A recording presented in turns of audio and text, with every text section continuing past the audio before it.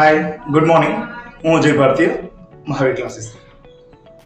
વિદ્યાર્થી મિત્રો, આજે આપણે એક ધોરણ 10નું ખૂબ જ ઇન્ટરેસ્ટિંગ ચેપ્ટર અને એની અંદર આપણે એક ટોપિક વિશે ચર્ચા કરવા જવાના છે. એ ચેપ્ટરનું નામ છે ત્રિકોણમિતિ. બરાબર ને? અંગ્રેજીમાં એને ટ્રિગ્નોમેટ્રી પણ કહેવાય છે. ત્રિકોણમિતિ નામ સાંભળીને છે ને ઘણા બધા વિદ્યાર્થીઓને અંદર એવું થઈ જાય, યાર આ તો બહુ ખતરનાક ચેપ્ટર છે. કેમ? કારણ કે વિદ્યાર્થીઓ દ્વારા જે રીતે આને મતલબ લેવામાં આવ્યો ને, જેમ કે જૂના વિદ્યાર્થીઓ જે હોય એ લોકોને અઘરું લાગ્યું હોય ચેપ્ટર, તો એ વિદ્યાર્થીઓ કે ના, ત્રિકોણમિતિ બહુ ખતરનાક ચેપ્ટર છે, એન્જિનિયરિંગમાં ખૂબ જ અગત્યનું ચેપ્ટર છે. તો આનું બેઝિક છે ધોરણ 10માં, અને આ બેઝિકને જો તમે શાંતિથી સરળ રીતે અને ખૂબ જ સારા વેથી શીખો ને, આ ચેપ્ટર ખૂબ જ ઇન્ટરેસ્ટિંગ છે. મારા મતે તો એવું કે હું એવું સમજુ છું કે ગણિતમાં સૌથી જો ઇન્ટરેસ્ટિંગ ચેપ્ટર હોય, સૌથી મજાનું ચેપ્ટર હોય તો એ ત્રિકોણમિતિ છે. હવે અઘરું કેમ લાગે? કારણ કે એના સૂત્રો છે, પદ્ધતિઓ છે, એને આપણે યોગ્ય રીતે ન ભણીએ અથવા બહુ સિન્સિયરલી એ વસ્તુને ના સમજવાનો પ્રયત્ન માટે અઘરું લાગે.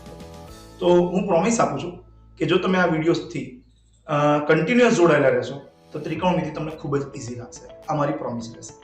બસ પદ્ધતિને તમે અનુસરતા જશો. તો આજે આપણે આ વિડીયો થ્રુ ત્રિકોણમિતિના સૂત્રોની શરૂઆત કરીશું. અને હું સામાન્ય દાખલા sin θ બરાબર 3 પંચમાંશ આપેલ હોય તો અન્ય વિધેયો શોધે, હું એવા દાખલા કરાવવાનો નથી. વિદ્યાર્થીઓને જે ખૂબ જ અઘરા લાગતા દાખલા છે, સાબિતીઓ, સીધા સાબિતીઓથી શરૂઆત કરીશ. ઓકે, તો જોડાયેલા રહો. હું શરૂઆત કરું છું પહેલા સૂત્રોથી. ઓકે, તો ત્રિકોણમિતિમાં સામાન્ય સૂત્રોની શરૂઆત કરીએ તો પહેલા આપણે લઈએ છીએ વ્યસ્ત સૂત્રો. અને ત્રિકોણ આધારિત સૂત્રોની હું કોઈ ચર્ચા કરતો નથી, પરંતુ હું સીધા વાત કરું છું વ્યસ્ત સૂત્રો.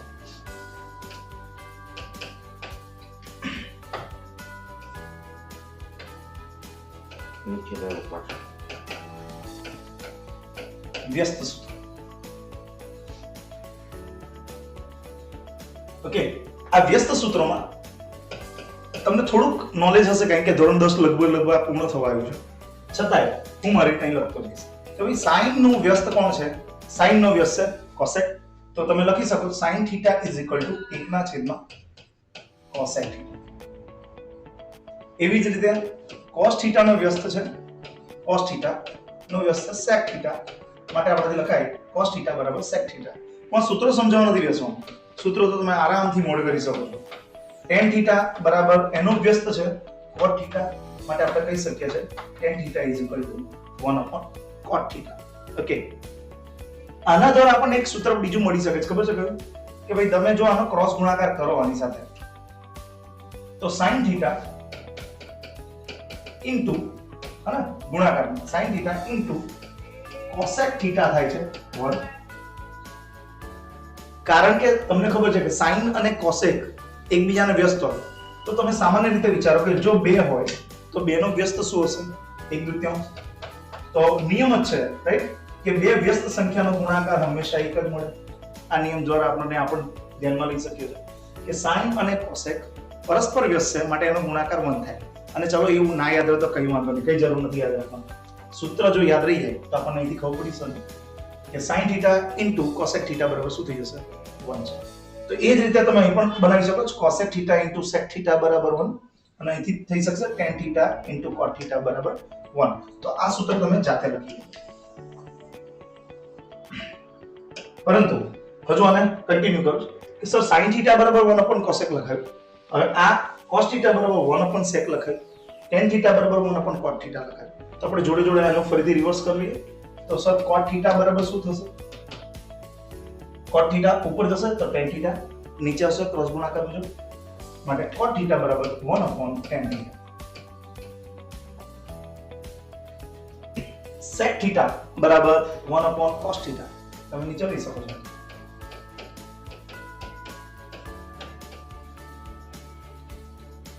તે જ રીતે cosec θ બરાબર 1/sin θ. તો આ ત્રિકોણમિતિય જે ગુણોત્તરો છે, 6 ગુણોત્તરો, એ 6 ગુણોત્તરોનો સંબંધ છે. પણ કયો સંબંધ છે? વ્યસ્ત સંબંધ છે. એકબીજા સાથે કયા પ્રકારનો વ્યસ્ત સંબંધ ધરાવે છે તેનો છે. એ રીતે અહીં જો tan θ આ ઉપર જાય તો cot θ * tan θ બરાબર 1, કારણ કે પરસ્પર તેઓ એકબીજાના વ્યસ્ત છે અને બે વ્યસ્ત સંખ્યાનો ગુણાકાર એ કેવી હશે? હંમેશા એનો આન્સર 1 આવશે. ઓકે, તો આ તમે વિડીયો પોઝ કરીને આ સૂત્ર લખી લેજો અને તમને આવડતું હોય તો કોઈ વાંધો નહીં, આપણે આગળ વધીએ. બીજા સૂત્ર આની સાથે લઈ લઈએ આપણે, આની સાથે બીજા સૂત્ર લઈ લઈએ અને એનું નામ છે નિત્યસમ. ખૂબ જ અગત્યના જે વિદ્યાર્થીઓને ત્રિકોણમિતિ ધોરણ 10 માં ગુરુ લાગે ને એ લોકોને 11 સાયન્સ માં જ્યારે આ ચેપ્ટર સમજાવવામાં આવે છે ને એ કદાચ બેર નથી કરી શકતા, કારણ કે બેઝિક વસ્તુ જો ના આવડતી હોય ત્યારે ખૂબ જ ડિફિકલ્ટ પડતું હોય છે. તો નિત્યસમ શું છે? તો નિત્યસમ એટલે તમે કોઈ પણ કિંમત મૂકશો ને એ સમીકરણની અંદર એક પ્રકારનું સમીકરણ જ કહી શકાય. એ નિત્યસમમાં કોઈ પણ કિંમત મૂકશો ને તો એના બીજા પાર્ટની વેલ્યુ તમને મળી જાય, બીજા વિધેયની કિંમત મળી જાય, બીજા ત્રિકોણમિતિય ગુણોત્તરોની વેલ્યુ મળી જાય. તો પહેલું નિત્યસમ છે એકદમ સામાન્ય નિત્યસમ, sin સ્ક્વેર થીટા વત્તા cos સ્ક્વેર થીટા બરાબર 1 થાય. આની તારવણીમાં પડતા જ નથી, અત્યારે ફક્ત સૂત્રો મોઢે કરવાના છે અને એને એપ્લાય કેવી રીતે કરવાના એ હું શીખવાડું છું. બીજો એક નિત્યસમ છે 1 પ્લસ, ધ્યાન આપજો હું થોડું અહીં દૂરથી લખું, નીચેથી લખું છું, 1 પ્લસ tan સ્ક્વેર થીટા બરાબર sec સ્ક્વેર થીટા. ઓકે, અને ત્રીજું સૂત્ર છે 1 પ્લસ cot સ્ક્વેર થીટા બરાબર શું થશે? cosec square theta. હવે આ જ સૂત્ર સર બેઠક યુઝ થશે સાબિતીમાં? ના, એવું તો હોવાનું નથી. સાબિતીમાં સૂત્ર એક બેઝિક વસ્તુ છે, પછી જ્યારે દાખલો આવે એ પ્રમાણે દિમાગ લગાડીને સૂત્રને વાપરવાના માટે અઘરું લાગે. પરંતુ આપણે અત્યારે અહીં થોડીક સમજૂતી લઈએ કે sin square plus cos square બરાબર 1 હોય તો આના પરથી બીજું શું મેળવી શકો છો? તમને શું લાગે છે? બીજી કઈ વસ્તુ તમે તારવી શકો છો? તો તમે જો ધ્યાનથી, હું જો sin સ્ક્વેર થીટા ને સામે લઈ જાઉં હા ને, તો cos સ્ક્વેર થીટા બરાબર શું થશે? 1 - sin સ્ક્વેર થીટા. એટલે એક મને આ સૂત્ર મળે, યુઝ કરી શકું છું ગમે ત્યારે. cos સ્ક્વેર થીટા બરાબર 1 - sin સ્ક્વેર થીટા. તે જ રીતે બીજું શું કરી શકું છું? જો sin સ્ક્વેર થીટા અહીં રહેવા દો અને cos સ્ક્વેર ને પેલી બાજુ લઈ જાઓ તો સૂત્ર શું થઈ જશે? sin સ્ક્વેર થીટા બરાબર 1 - cos સ્ક્વેર થીટા.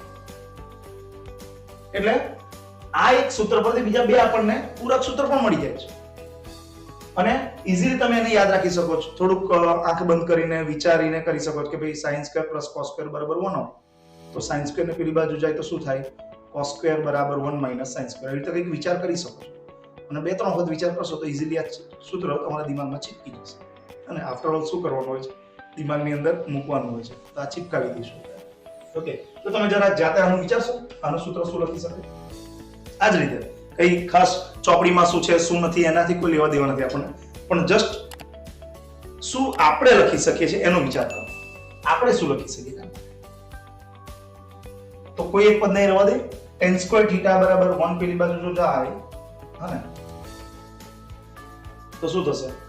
1 પેલી બાજુ ગયો તો sec સ્ક્વેર - 1 બરાબર tan સ્ક્વેર. એટલે આપણે લખી શકીએ tan સ્ક્વેર થીટા બરાબર sec square theta -1. Right? As usual બીજું શું લખી શકો? ધારો કે 1 ને અહીં રહેવા દો અને tan સ્ક્વેર ને પેલી બાજુ લઈ જાઓ તો સૂત્ર શું થઈ જશે? 1 બરાબર sec square theta tan square theta. અને હું આ કેમ અલગ કલરથી લખી રહ્યો છું? અને ગોખશો નહીં, આને મોઢે કરવાની કઈ જરૂર નથી. બસ આ મેઇન સૂત્રને યાદ રાખો. જ્યારે જેવી જરૂરિયાત લાગશે તે રીતે સૂત્રનો ઉપયોગ કરીશું સાબિતીમાં, કારણ કે આવું બેઠું નથી આવવાનું સૂત્ર. રાઈટ? એને પણ આપણે આપણી રીતે મોડિફાઈ કરવું પડશે અને પછી અપ્લાય કરવું પડશે દાખલાની અંદર, તો તમને આન્સર મળશે. ચલો, એ રીતે ત્રીજું સૂત્ર જાતે લખી કાઢો. આ જ રીતે શું બને, જેવું આ મેં લખ્યું છે એ રીતે અહીં શું બને જાતે વિચારીને લખી કાઢો. ઓકે, તો આપણે લખી શકીએ cosec સ્ક્વેર - 1, કારણ કે 1 પેલી બાજુ જશે. cosec સ્ક્વેર - 1 બરાબર શું થઈ જશે? cot square theta. તો આપણે લખી શકીએ ભાઈ cot સ્ક્વેર થીટા બરાબર cosec સ્ક્વેર થીટા -1 અને સેમ એઝ શું કરી શકીએ છે? 1 ને જો રહેવા દઈએ તો cot સ્ક્વેર ને પેલી બાજુ લઈશું તો શું થશે? cosec square - cot square theta બરાબર cosec square theta cot square theta બરાબર 1. તો ઘણા બધા જોઈને એટલે જ ગભરામણ ચડી જાય, આટલા બધા સૂત્રો નહીં, વારંવાર કર્યો. ફક્ત તમે આ મેઇન સૂત્રને યાદ રાખો કારણ કે જ્યારે દાખલામાં અપ્લાય કરીશું ત્યારે ઘણું બધું વિચારવા પડીશ કે આમ હતું તો શું લખાશે, આ રીતનું હશે તો શું લખી શકશો, ત્યારે આપણે એની ચર્ચા ખાસ ડિટેલમાં કરીશું.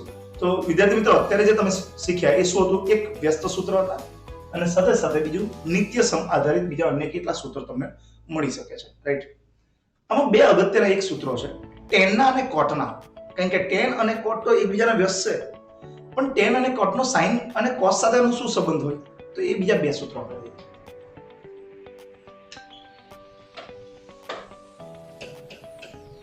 એક છે ટેન થીટા, કામ બહુ જ લાગશે. ટેન થીટા બરાબર સાઇન થીટા છેદમાં કોસ થીટા. અને બીજું સૂત્ર છે કોટ થીટા, સાઇન કોસમાં રૂપાંતરણ સૂત્ર કહું છું મારી રીતે. કોટ થીટા બરાબર કોસ થીટા છેદમાં સાઇન થીટા. કેમ સર આવું? કારણ કે ટેન અને કોટ એકબીજાને વ્યસ્ત છે, તો સૂત્ર પણ વ્યસ્ત જ નહીં, ઊંધું. ઓકે, ચલો તો કઈ નહીં, આજે જે મેં સૂત્રો કરાવ્યા છે તમને, એ સૂત્રો તમે મોઢે કરો, તમારી નોટબુકમાં લખી લો અને તૈયાર થઈ જાઓ કે સાબિતીઓ કરવાની છે. તો હું કઈ રીતે તમને આ સાબિતીઓ કરવાની, જેથી આ ખૂબ જ ઈઝી લાગશે. તો એના માટે તમે વેઇટ કરો. ત્યાં સુધી મળીએ. Bye bye.